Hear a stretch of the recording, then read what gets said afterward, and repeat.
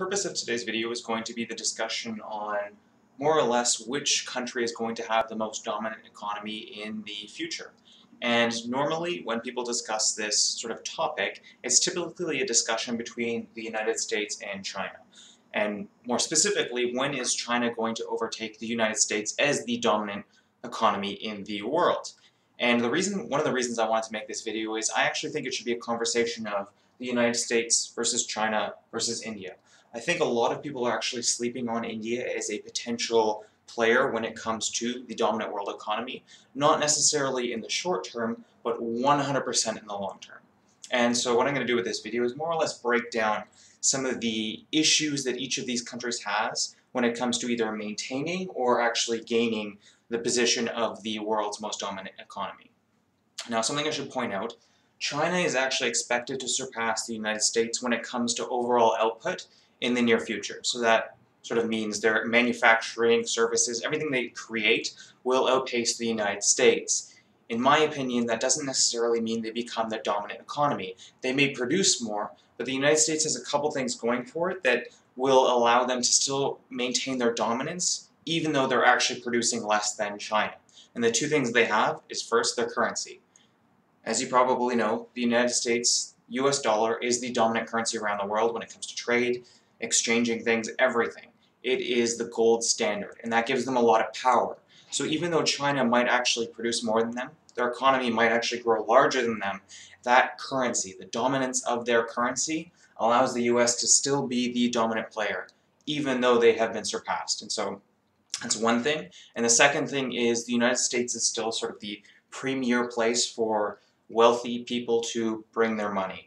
When you think of millionaires and billionaires in places like Russia, China, and elsewhere around the world, almost always they want to get their money to the United States. The reason for that, the United States is one of the most stable economies in the world. And so it has a lot of value in holding your money there. And so that means that they often get an influx of money, which is beneficial for them. So those two things sort of give them an edge, even though they will be surpassed by China in the near future. So breaking down some of the issues that each of these countries have, I'll start off with some of the social issues. I'm not going to get into all of them, but some of the major ones that each of them have. The United States has a very outdated educational system. And this is a huge issue for them because this is something that compounds as you continue on and as you still have sort of an outdated and a system that was designed to support sort of a manufacturing-oriented economy. Well, the United States is no longer realistically a manufacturing-oriented country. They're now more focused on producing tech and innovation and creating things and services. And their educational system has not been reoriented towards that. And that is a huge problem for them. They also have a lot of other social issues that they have to combat when it comes to sort of the declining middle class and various changes in their economy. But if you had to stack up their social issues when it comes compared to, say, China and India, the United States is actually fairly well positioned in that they don't have as many issues. The problem with the United States, though, is their government is incredibly dysfunctional. Their issues aren't as bad, but the people that have to fix the issues are probably not going to do that. When you look at sort of what's happened with the American sort of governmental change over the last couple of years, typically you have a Democrat who makes changes, a Republican who reverses those changes, Democrat changes, Republican reverses, and sort of this unending cycle of nothing happening. So the issue with the United States is they have issues that can be resolved and that are easier to resolve than China and India's issues, but they do not have a political or social system in place that will actually resolve those issues. So they're pretty poorly placed because of that. They have a system that doesn't support change or rapid change at the very least. China has a lot of social issues, and a lot of social issues that present serious problems. And you may look at this and say, why is the growing middle class an issue for China? Well, if you're at all familiar with sort of China's meteoric rise as a global economic player, it comes largely in part because of the growth of their manufacturing sector. So a lot of the jobs that were traditionally held in the United States and in places across Europe when it comes to manufacturing, those plants and factories were moved to China because China's labor was cheaper. You could get workers and pay them considerably less than, say, an American per hour. And this was a huge advantage for a lot of these companies that decided to make those moves. Well, as the growing middle class rises, a lot of these individuals who are in this middle class now demand higher wages. They're demanding worker rights. And this is sort of a similar thing that you saw happen in the United States a number of years ago. As worker rights rise, as worker demands for wages rise, companies say, well, we came here because the labor was cheap. Well, we're going to take our factory somewhere else. And you're starting to see, as I'll talk about a little bit more, is manufacturing is actually being moved away from China now towards places like Vietnam, where it's cheaper and where you still have those low wages compared to what's happening in China. China also has issues when it comes to sort of their censorship. When you look at places like the United States and India, they very much embraced the idea of knowledge and free flow of knowledge and incorporated that into their society. China is somewhat fighting against that, and that's kind of going to be an issue for them, because as technology increases, continues to get better, and they continue to try and fight against that to a certain degree, it's kind of a losing battle. They also have issues when it comes to things like Hong Kong and Taiwan and places where there's some political strife going on. And something that a lot of people don't talk about, they actually have a major issue when it comes to North Korea. Typically, the idea of North Korea being a problem is sort of a conversation between the United States and North Korea, and a lot of people look and say, why is China propping up North Korea? Why are they sort of vetoing things against them in the UN and other terms along that? China is doing that because North Korea, if it ever were to fall, if their political system were ever to fail, if they were attacked, they would receive millions upon millions of North Korean refugees, and they cannot handle that. They do not have a way to sustain that. They border North Korea, so they would take the brunt of all of those issues. And it's way more serious than what you might say happened with the Syrian refugee crisis. When you consider that situation, Syria more or less fell as a country. Millions of people had to immigrate and leave and flee their country, and they went to places like Europe, Canada, the United States. Well, there definitely was cultural shock. Well, many of them didn't speak English. Many of them, there was sort of a transition that was required. It's still culturally, there's similarities. There's similarities between a Syrian refugee and an American citizen. There's a lot of sort of common ground that can be sort of used to build on. When you consider someone in North Korea who has lived their entire life considering their leader to be a god and believed all of this crazy propaganda about the rest of the world, if you then went to China, there's way more cultural shock than, say, a Syrian refugee going to the United States. And so that is actually, the North Korean crisis and issue is way bigger for China than anybody else in the world. And a lot of people don't talk about that. That is a very significant issue for them. And as I mentioned, they do have more social issues, but those are the main ones. The growing middle class, North Korea, their political issues, and sort of the issue with free information. India probably has the worst social issues, mainly because of the social division that they have. When you look at India, there is millions of very poor, utter poverty. And then there is a very small group of very rich individuals. And it's a very wide gap between those two. And that is a massive issue for India. And it's sort of all across of India. They also have a lot of cultural sort of differences that are causing issues when it comes to their country. They arise, and then you also look at the conflict between them and Pakistan. That also is a major issue for them. And it's very hard to quantify social issues and say who has worse problems than the other one. Ultimately, as I mentioned before, the US probably has the least problematic social issues, but they're also the least likely to actually solve those issues. China has some pretty significant ones, and their government is fairly well positioned to actually fix them. The Communist Party of China actually does a pretty good job of sort of ensuring that the country is running smoothly and actually has the ability to change things fairly fast if they need to. But, it's kind of an issue with a lot of these things. It's unlikely they're going to fix all of them in the near term. India probably has the worst issues when it comes to social issues, but they're also the government that's making the most positive steps towards fixing them. And that's a really key thing. When you look at a lot of sort of, not necessarily the political divide, but when it comes to, say, their bureaucracy, their issues with their currency, they're actually taking steps to resolve those, and so they're well positioned with that. So what I'm going to talk about now is some of the economic issues that a lot of these countries have. When you look at the United States, they have a massive trade deficit that they've run each and every year for a very long period of time. What does that mean? Well, if you were to think of it like the US having a budget, they're basically spending more money than they have when it comes to trade, and that's unsustainable. And that sort of ties into the second issue with them in that they have a massive amount of debt, which they've been racking up continuously for a very long period of time. And having some debt as a country and as a government is okay because you have to borrow money to build bridges, to create infrastructure, to go to war and these various things. That's a requirement. You have to borrow money. But when you borrow so much money that interest is starting to eat into your tax revenue, it starts to hurt your country. And it starts to long-term be a very severe issue. And they've sort of reached that point where the interest is getting out of hand and the amount of debt they're taking on is getting out of hand. And as I mentioned, the government is not doing a lot to fix that, which is a major issue. And the final point with them is that, their currency is starting to slip. Now, as I mentioned before, the United States dollar is the dominant currency of the world, and it's not like it's going to go away tomorrow. And realistically, the yen, and certainly not the rupee, is going to replace that ever, the Indian currency. But the US dollar, which has traditionally just been sort of on a pedestal compared to other currencies, is starting to fall.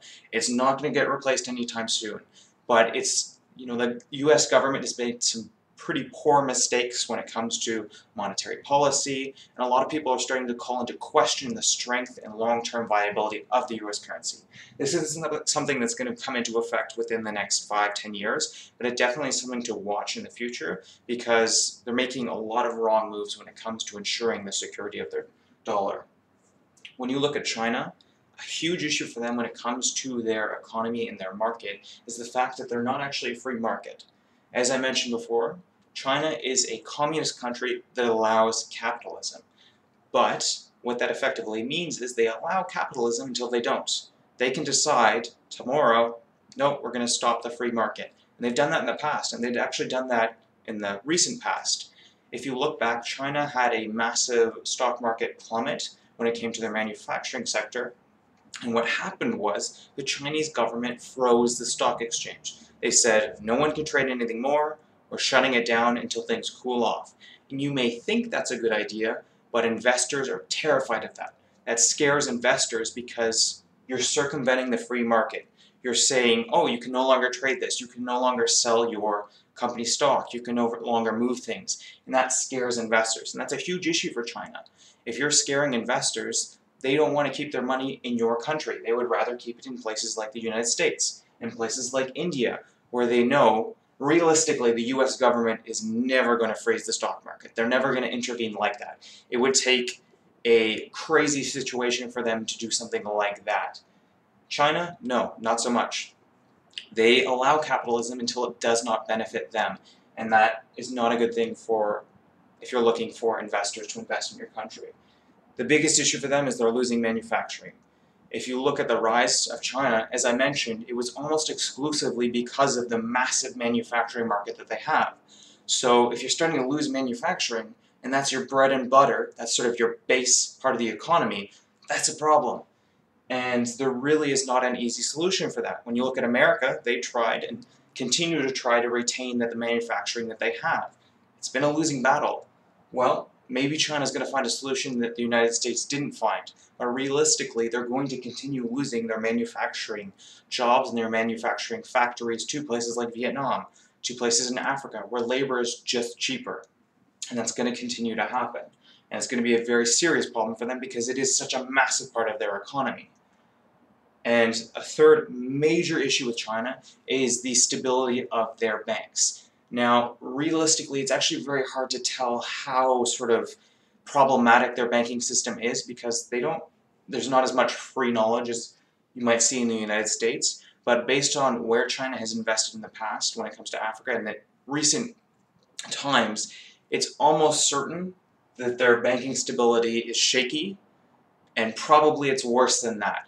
And when you have a country, when you're trying to become a dominant economy and sort of the major player in the world, having a shaky financial system is a huge issue.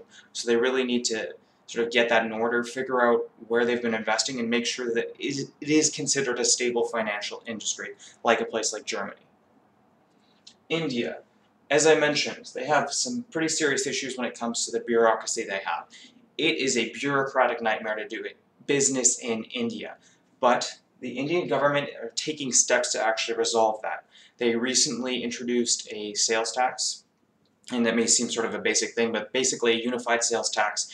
And what that does is it sort of simplifies and almost unifies sort of the business management of the country.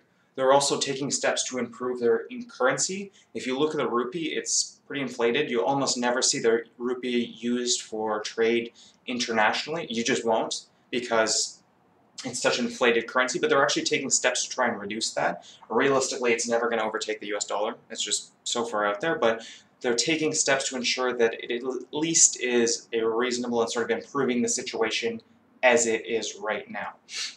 And it's really important that they're doing that. But the absolute biggest issue with India is their infrastructure problems. So as I mentioned, they have sort of a social divide in India between the ultra-rich and the ultra-poor.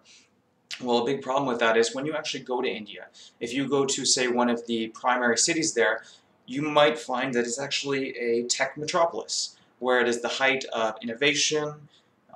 It's a fully functioning city, much like a place, say, in the United States, a major city there. But then if you go, say, 3 hours out of town, you'll find third world shanty towns. And it is a crazy divide. And that is the biggest issue that India faces. They have these sort of jewel cities where they have innovation, tech, it's growing rapidly, and they're sort of rising stars. But then the rest of India is sort of still very much behind when it comes to development, growth, infrastructure.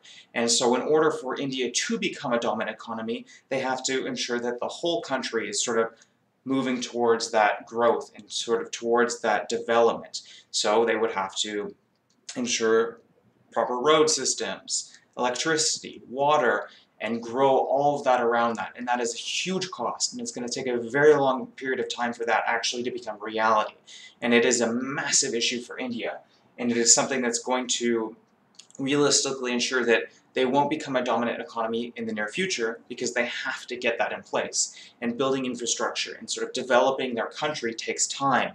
But once they do, they will be a powerhouse, almost certainly.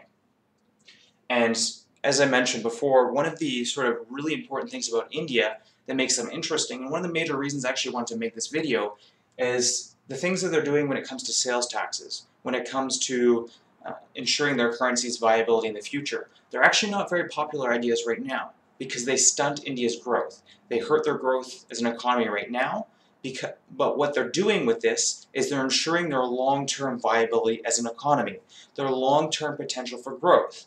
And so what the government is doing is sacrificing short-term growth for long-term growth. And that is something you don't see very often when it comes to government. When you look at places like the United States, and a lot of countries around the world right now, political systems all focused on the now. What benefits us now? What gets us votes now? And the long term is sort of put off and not worried about, because you're no longer going to be in office. And that's why I see India as a serious contender when it comes to being a major and the major economy in the world, because they're willing to sacrifice short-term growth. They're willing to hurt their economy in the short term to potentially be and sort of lead up to a massive growth in the future. And that's a pretty phenomenal thing. Prioritizing long-term over short-term is something very rare you see nowadays. And so the fact that India is doing that is a very good sign for their long-term growth.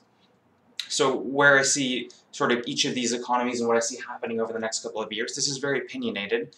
And so take it with a grain of salt. If you talk to various different people, they might give you sort of different responses. But realistically, the United States will remain the dominant economy for at least the next 5 years, probably 10.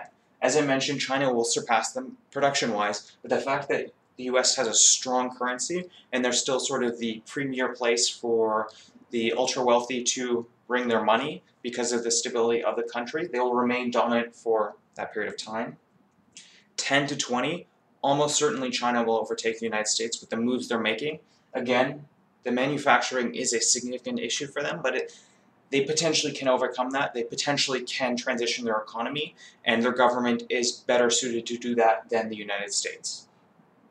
Realistically, India will not be a serious contender for a while, but sort of the 20 to 30 year range is when it gets interesting, because it's almost accepted, whoever you talk to, that China will overtake the United States.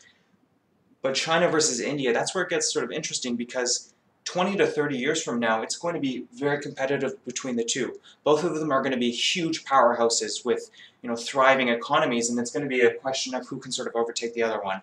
And I personally view India as being better suited. They're taking the right steps now to sort of ensure that in the future, and so I view them in the sort of 20 to 30 year range, becoming the dominant world economy. And as always, these are my opinions, so take it with a grain of salt. Realistically, there aren't any other countries out there that even come close to competing with these three dominant players. You could look at places like Germany, which are strong economies that have strong financial sectors, but they just don't have the potential to overtake any of these three, just growth-wise. You look at places like Brazil, which kind of does have the potential to take over, but their social issues are so massive, and the deck is kind of stacked against them because of that, and realistically it's going to be between these three. So if I was a betting man, which I'm not, but if I were, short-term, United States, mid-term, China, long-term, India. As always, if you like the video, very much appreciate a like, share, and subscribe. It helps the channel grow, and have a great day.